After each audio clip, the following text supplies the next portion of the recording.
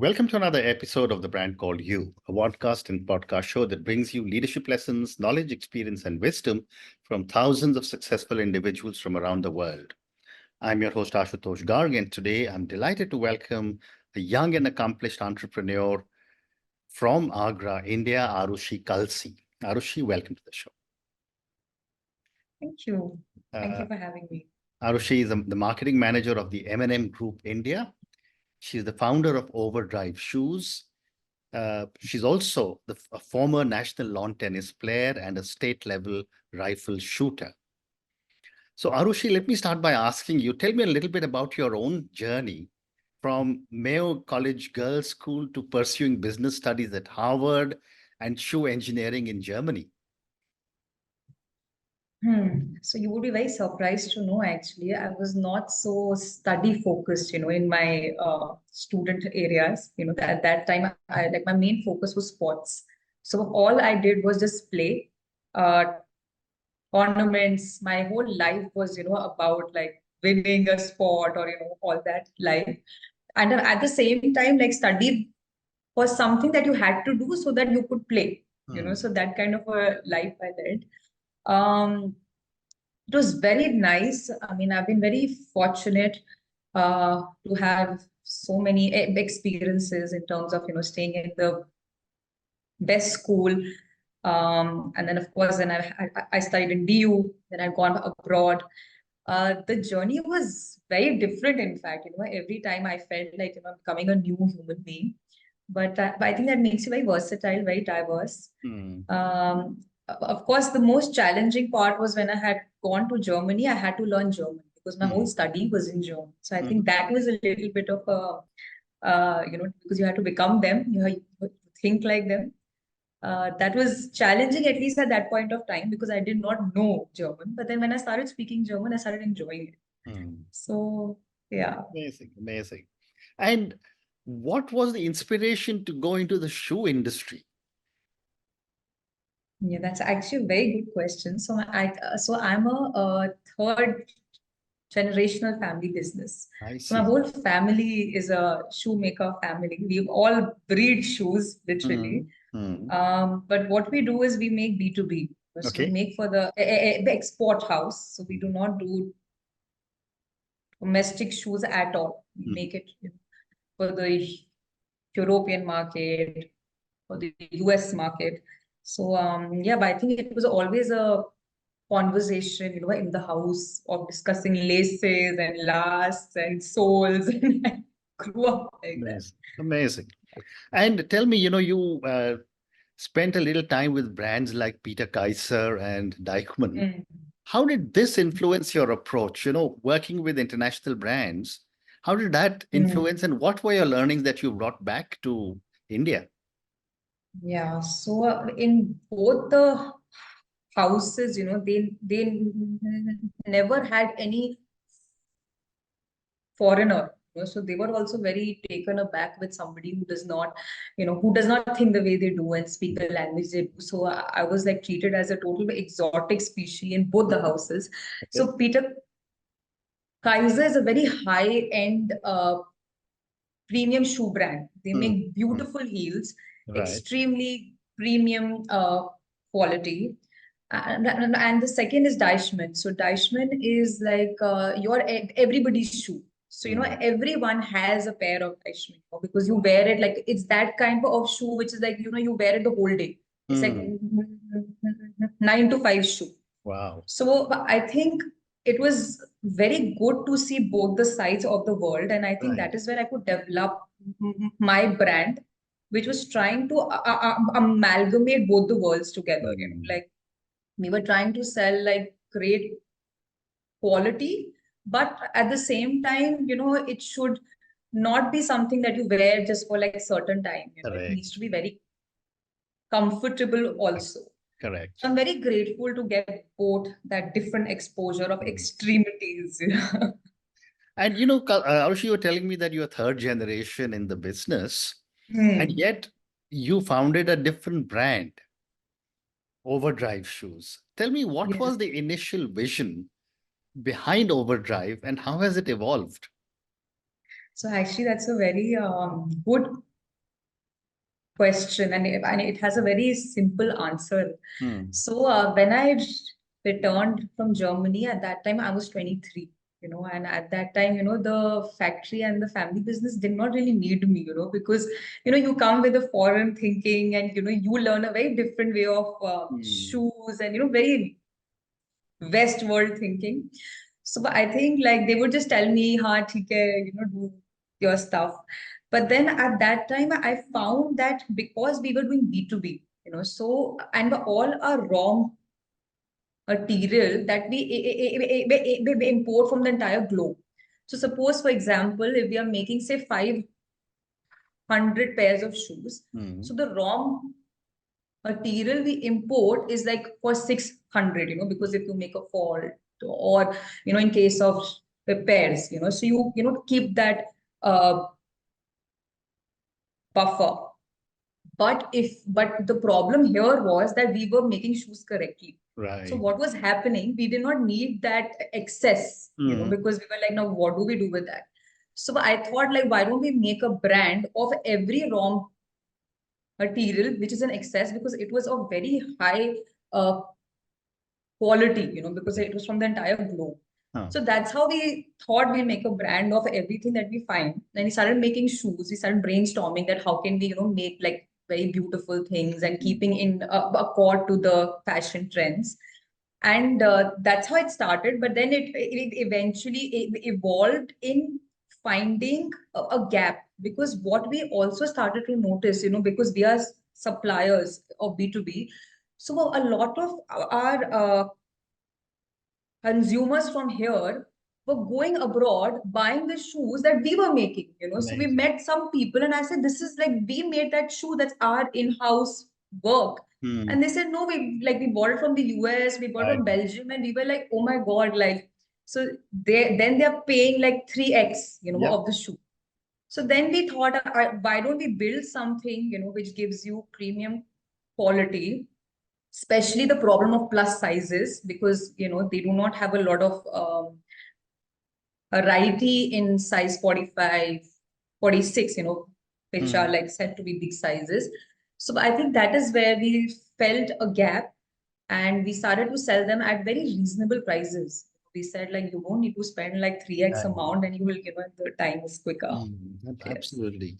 And I have done the same thing, picked up a pair of shoes in Germany and picked up a pair of shoes in the US, come back and found it has made in India written in it. Yes. Maybe it was made in one of your factories only. But Arushi, moving on, shoes are very, very fashion driven also. Mm. How do you ensure that your shoes are able to match the fashion standards, and yet you said keep the shoes at an affordable price and give the right quality? Hmm. Yes, that's actually what we do full time. It's a very difficult, it sounds very easy to speak, but it is very, very difficult. Correct. So what we do is we do backward integration.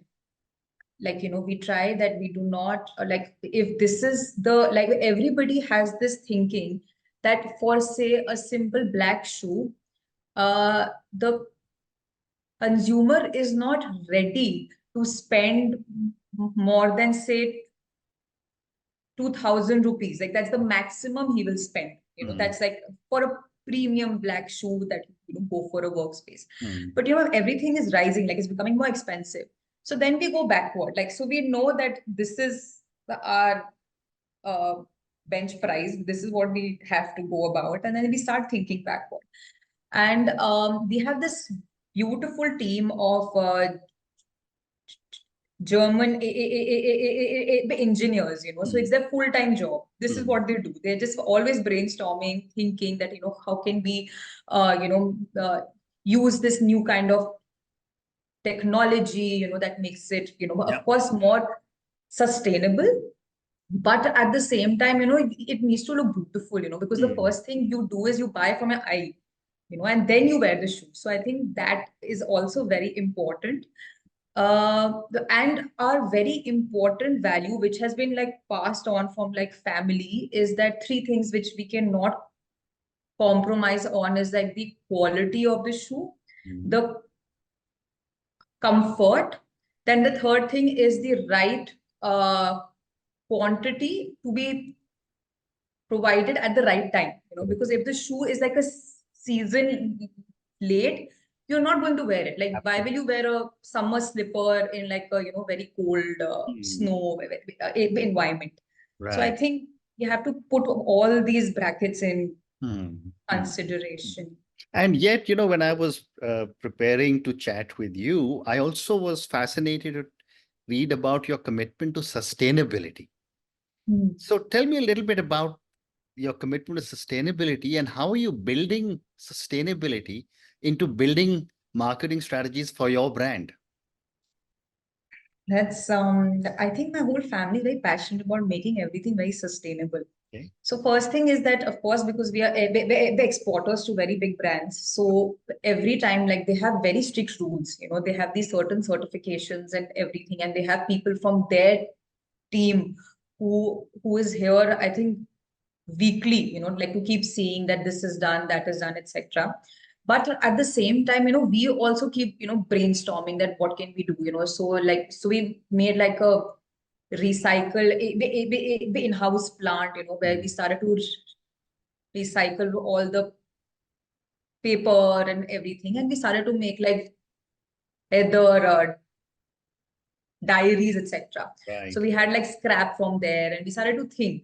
So Hmm. I think that just kept us also very, it makes us feel very creative. Like, okay, like, what can we do with this now? What can we do this? So we Hmm. started to make like we made a chandelier also, of like this Of leather. maintenance department through some stuff. So we said, okay, we'll use it and we'll make some chandeliers out of it. So Oh, we keep doing something or the other. amazing, amazing, amazing. In fact, a few minutes back, you were telling me about how Overdrive Shoes really started because of all the excesses that you have. So that Yes. itself is the first step you took towards sustainability. But Arushi, my next question is that given today's marketing, and a lot Hmm. of young people like you are focusing or being driven more by digital. Uh, Hmm. so I wanted to Hmm. get your perspective on how does or what role does digital marketing play to build your Hmm. brands? So far, we've just been doing it through the digital platform. So it is now that we plan to, go to the offline, conventional way of Mm, marketing. mm, So I think it's a great platform because you reach to like so many geographies, which I didn't even know that, okay, this is a place, and which is also like, okay, like, like people are like liking your shoes, from these particular mm, regions also. mm, So I think it's a very great platform because you reach a lot of people and then they like it. So I think that also gives you like a good, mm. sense of Yeah, great response. motivation. Yeah, great response. And what role does innovation play? You told me you have some Germans working with you all the Hmm. time, but when you look at it from one perspective, and I'm much, much older, uh, a shoe is a shoe is a shoe. But on the other hand, there is so much innovation that has happened in shoes over Yes. the last so many years. My Yes. question is, what role does innovation play in your brand, particularly when it comes to design and production techniques? Actually, I will give you a very simple answer in this because Hmm. the answer is very simple, because we really over, I mean, we really over uh, complicate things by, saying all the jargons of very heavy words. But I think the intention should be very clear. See, ultimately, if my shoe is going to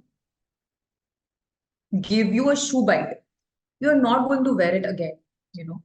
So I think that has to be very clear that, because there's so much of this band wagon effect that comes out, right? Like, somebody's doing this, somebody's doing this, and you want to also do this because you can do this.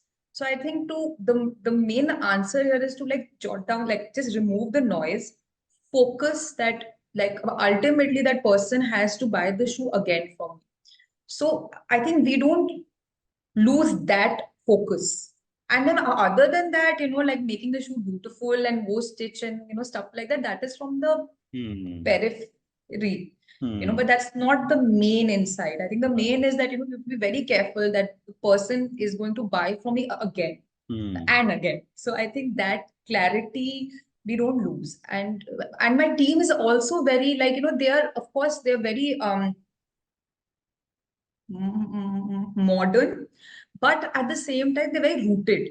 They're very, they're like, we cannot lose this because it's very important because you're walking every day in it. So what you can work on is that we can make a shoe that you start your day with, but then, if you have to go somewhere else, if you don't have that privilege of driving back to your, like your home to change, Right. so you can go somewhere with that shoe. You don't even have to think twice that, okay, like, is this like not in fashion, or it's like, very out of space or something. So I think that is something which we work. Very interesting. So, Arushi, the next few questions are now for you personally. I'm going to move away from Footwear. shoes and overdrive and branding your shoes. Yes. You've been a former national lawn tennis player. You've been a state level rifle shooter. How do you balance your passion for art, sustainability, sport with your daily life and your work?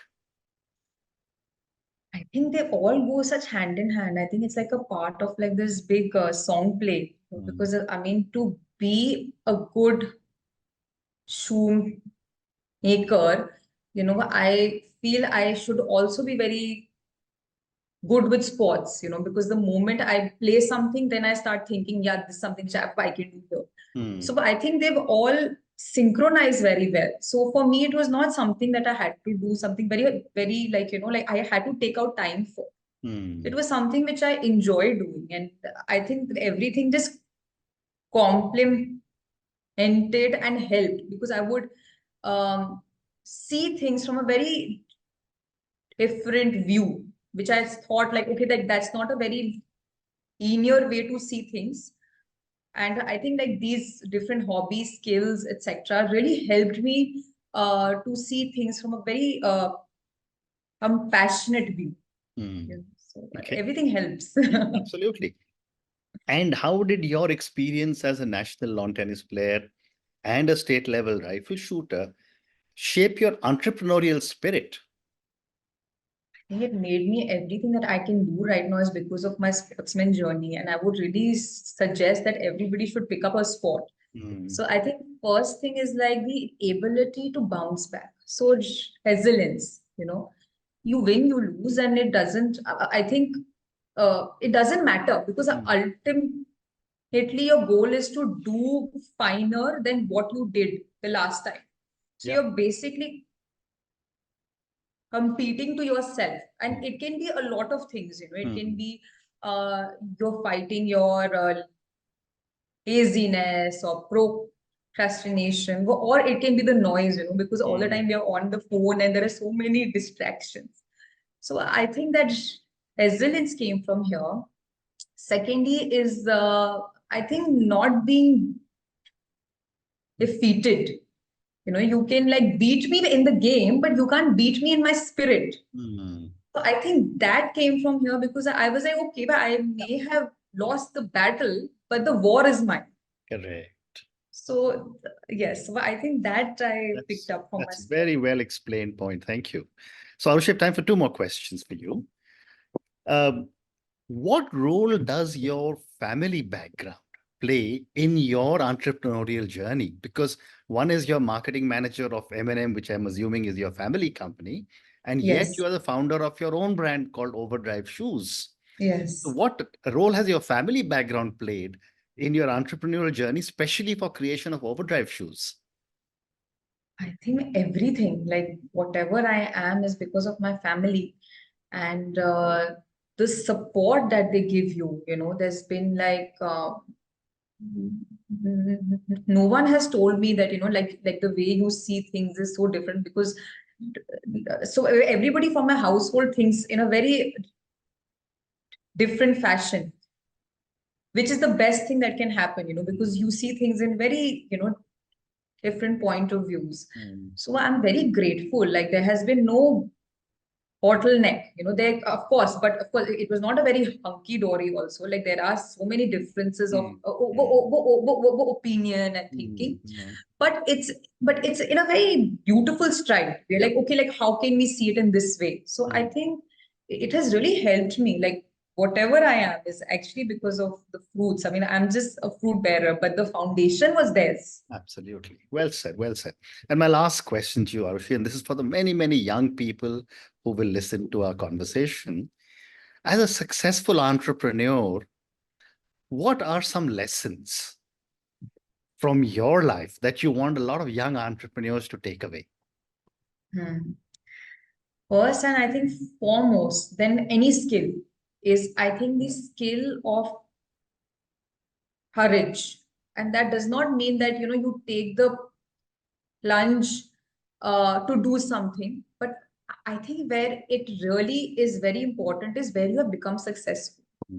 So I think there it takes a lot of courage to be not bothered by both of the things. And you just see it as like, it's just a part of life, like to win, to lose, to do well, to fail. So I think that requires a lot of inner strength. Second is discipline. It's your habits that shape you, every day, whatever you're doing. So that requires a lot of discipline, and it's just basic science. Like it's just very basic. I mean, the everyday things that you're doing, which just becomes like 1, 2, plus by plus. Right. And third thing is hard work, Correct. because everything you need to work very hard, you need to get your hands dirty. You can't just sit and hope and wish, you have to work hard. Very well said. It's very simple, simple things. So that, and very simple from one perspective, and yet very wise words for a lot of people. But on that note, Arushi, in your 3 wonderful lessons, you must have the courage to win or lose, to succeed or fail. Second, you said was habits shape you, so have the discipline to be able to follow a set of habits. And third, you said, which is so important, is hard work. Thank you, Arushi, for speaking to me about your own incredible journey, which is still starting, and you already achieved a lot. Thank you for speaking to me about building a brand for shoes. I think I picked up some very interesting points from you on how to build brands for shoes. But also thank you for speaking to me about what your sports at a national level has given you. And, what was a very powerful comment that I heard from you was that sports has given you the ability to bounce back. And that is such an important factor in entrepreneurial success as well. Thank you for speaking to me, and good luck to you. Thank you. Thank you so much. Thank you. Thank you for listening to the Brand Called You videocast and podcast, a platform that brings you knowledge, experience, and wisdom of hundreds of successful individuals from around the world. Do visit our website www.tbcy.in to watch and listen to the stories of many more individuals. You can also follow us on YouTube, Facebook, Instagram, and Twitter. Just search for the Brand Called You.